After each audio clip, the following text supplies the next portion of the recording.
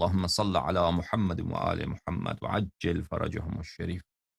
میرے معزز ناظرین، جس طرح اہل بیت علیہم الصلاۃ والسلام کے فضائل کو بیان کرنا اور ان کو ثابت کرنا، یہ اس بات سے ان کی امامت ثابت ہو جاتی ہے، کیونکہ اگر وہ سب سے افضل ہیں، سب سے عالم ہیں، سب سے اشجع ہیں، سب سے اطہر ہیں، سب سے اقدس ہیں اور ان جیسا کوئی نہیں، تو وہ سب کے امام ہیں، ان کا کوئی امام نہیں ہو سکتا۔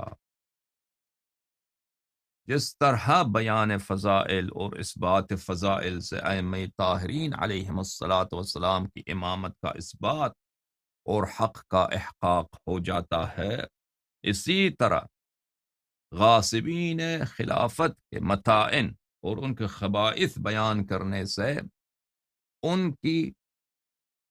ان کا فسق بیان کرنے سے ان کی نااہلی ثابت ہوتی ہے امامت کے لیے، کہ ایسے اشخاص امام نہیں ہو سکتے۔ ایسے اشخاص کے اسلام میں شک تو کیا جا سکتا ہے، بلکہ ان کے اسلام تو کیا ان کے کفر کے پہ یقین آ سکتا ہے، امامت تو دور کی بات ہے، خلافت تو دور کی بات ہے، رسول پاک صلی اللہ علیہ وآلہ وسلم کی وصایت یہ تو دور کی بات۔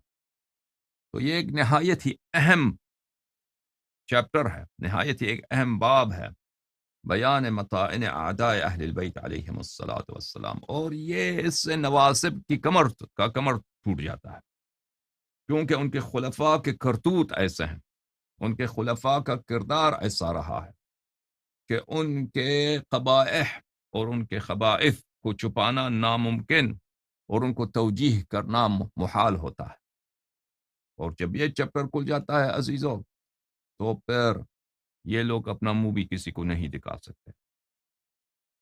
تو انہی متائن میں سے ایک طعن یہی ہے کہ انہوں نے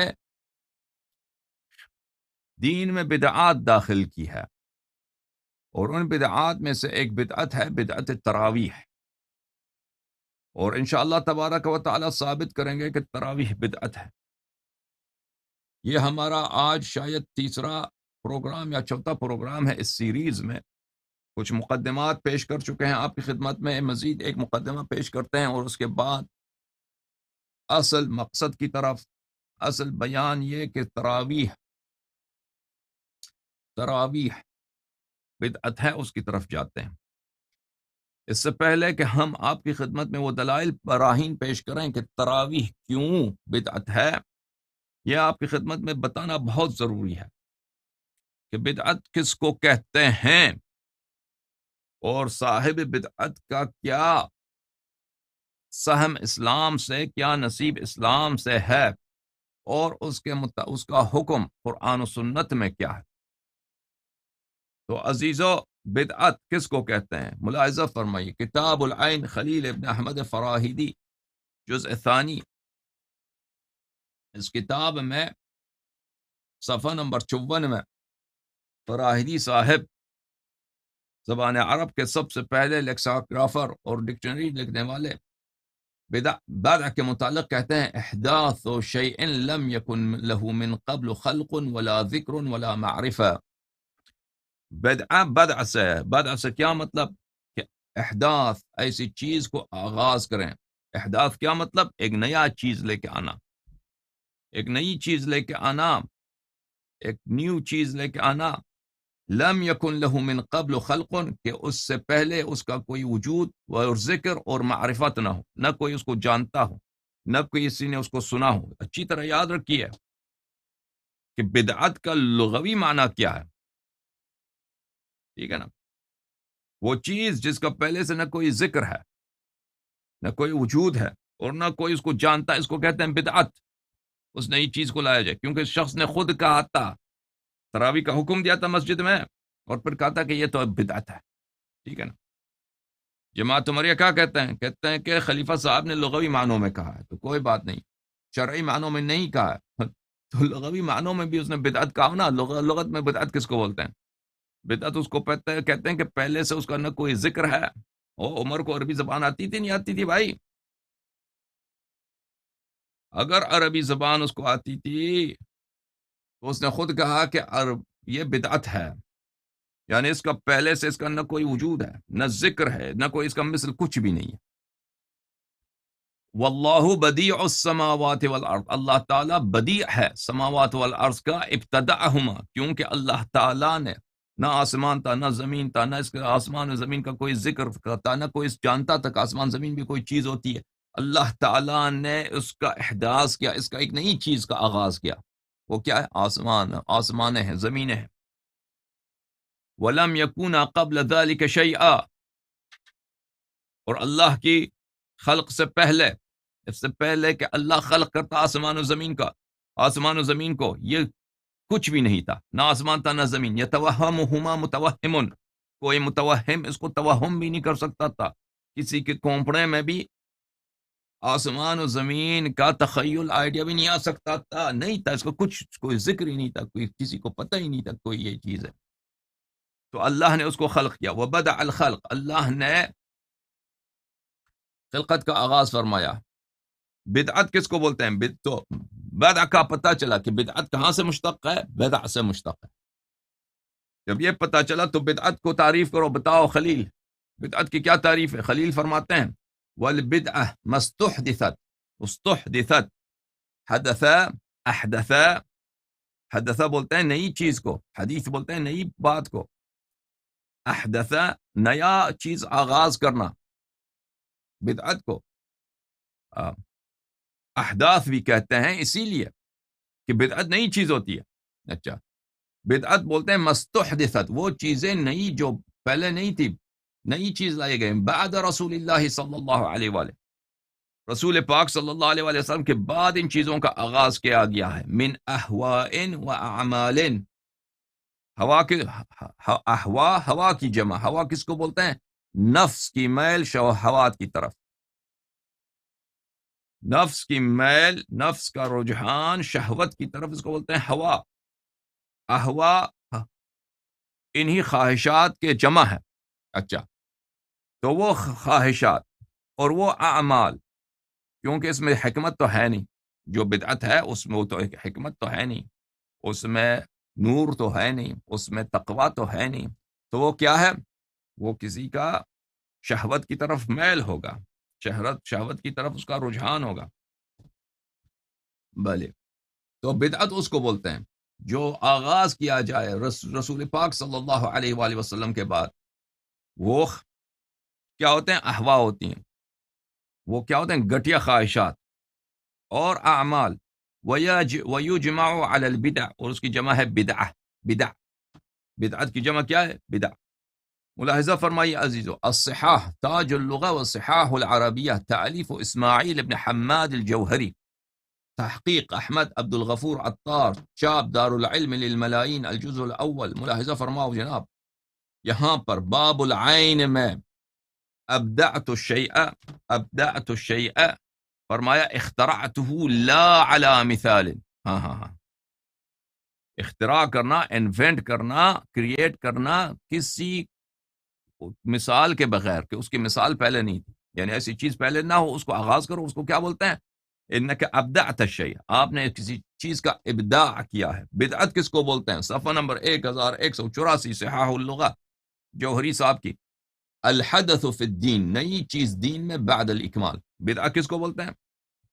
الحدث فی الدین، حدث یعنی نئی چیز، دین کامل ہو چکا ہے، نبی صلی اللہ علیہ وآلہ وسلم دنیا سے چلے گئے، کوئی وحی نہیں آئے گی کسی صحابی پر، ٹھیک ہے نا؟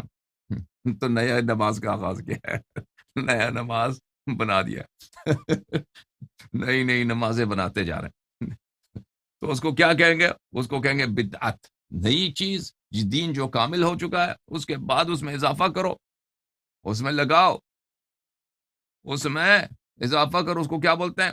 اس کو بولتے ہیں حدث۔ اچھا عزیزو، یہ سمجھ آ گئی آپ کو؟ جب یہ بات آپ کو سمجھ آئی ہے تو آپ کو آپ دکھاتے ہیں کہ بلی کہ یہ احادیث رسول پاک صلی اللہ علیہ وآلہ وسلم نے فرقہ عمریہ نے صحیح اسانید کے ساتھ نقل کیا ہے کہ بلی بدعت محدثہ انسان کو جہنم کی طرف لے کے جاتا ہے۔ کتاب ہے سنن النسائی، ملاحظہ فرماؤ عزیزوں،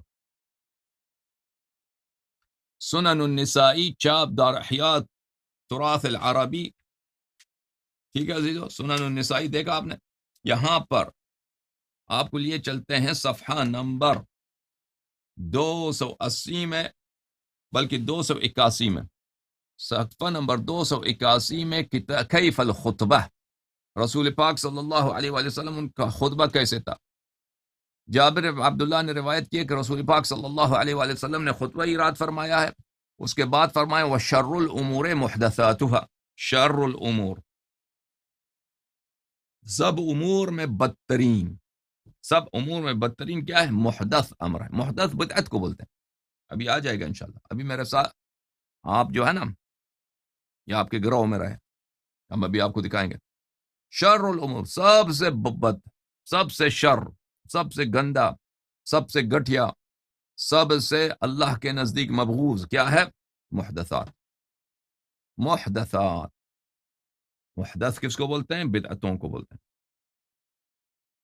وَكُلُّ مُحْدَثَةٍ بِدْعَةٍ، ہر محدثہ، ہر چیز وہ جو اللہ کی جانب سے نہیں ہے لوگ دین میں داخل کریں، وہ کیا بدعت ہے۔ محدثہ بھی بدعت کو بولتے ہیں، بدعت بھی محدث کو بولتے ہیں۔ تو یہ اس میں جو ہے کہ مبتدا اور خبر میں ایک طرح سے کیا ہے؟ ایک طرف سے وحدانیت ہے، مصداق کے لحاظ سے بھی، مفہوم کے لحاظ سے بھی۔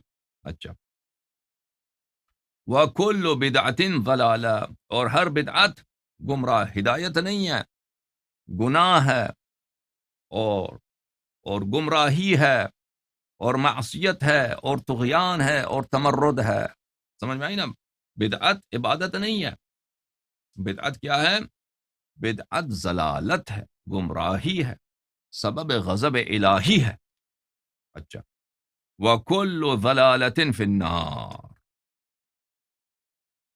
گمراہی کہاں آپ کو لے کے جائے گا؟ جہنم۔ بالخصوص وہ شخص جو آغاز کرنے والا ہے بدعت کا، وہ تو بالکل، اب ماننے والے جنہوں نے اس کی اتباع کی ان کو سمجھ نہیں آئی، وہ تو سمجھے شاید کہ مثلا یہ سنت ہے، لیکن جس شخص نے یہ آغاز کیا ہے اس کو تو پتا تھا کہ یہ سنت نہیں ہے، ٹھیک ہے نا؟